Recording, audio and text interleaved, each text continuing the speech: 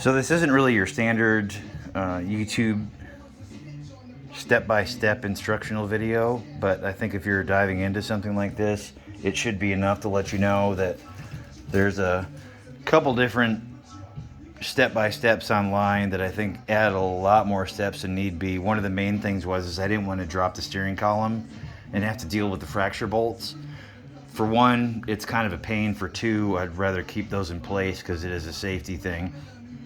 So I started having issues with clutch not even wanting to engage right. And I'd replaced everything. I had replaced the clutch slave. I had replaced the clutch master. Brake master had been replaced before that. So basically these are the only two elements that are really in the clutch. And I still kept having an issue. Then I found out that one of the problems is the mounting bracket. So this is basically if we would be looking directly at the front of the car is how this is mounted. There's this hole in the middle here is where the brake master sticks through. What happens is this bracket breaks right there.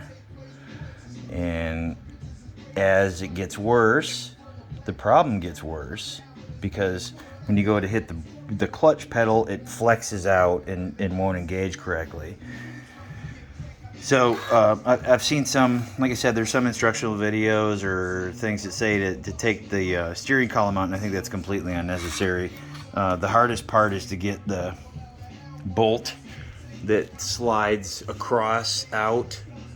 Once you get that, it's a 17 on both sides.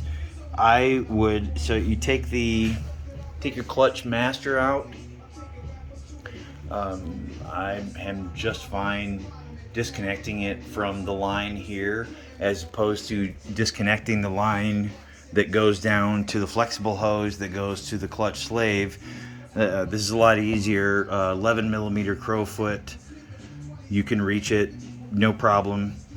Unhook that hose, then unhook the clutch master cylinder, remove it. Start taking these. You have to take the clutch pedal assembly out. You have to take the throttle assembly out. All that stuff is really well documented online. It's pretty easy to get through. It's all in the Bentley manual as well.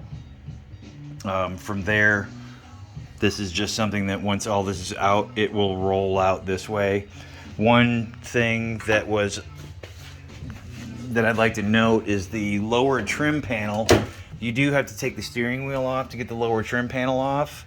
At least with the sport steering wheel, might be the same on the other ones. This is a 87 325 IS. So if you've got the 3-spoke steering wheel, you've got to take, this is also in the Bentley, but it's not entirely clear. There's 2 screws right here, but then you have to take the steering wheel off to get to the 2 screws that go down from the top. And there also is a procedure for taking the steering wheel off. It's really easy, much easier than a lot of other cars I've seen. But so this way you can get that bracket out and get it repaired or wherever you need to do from there.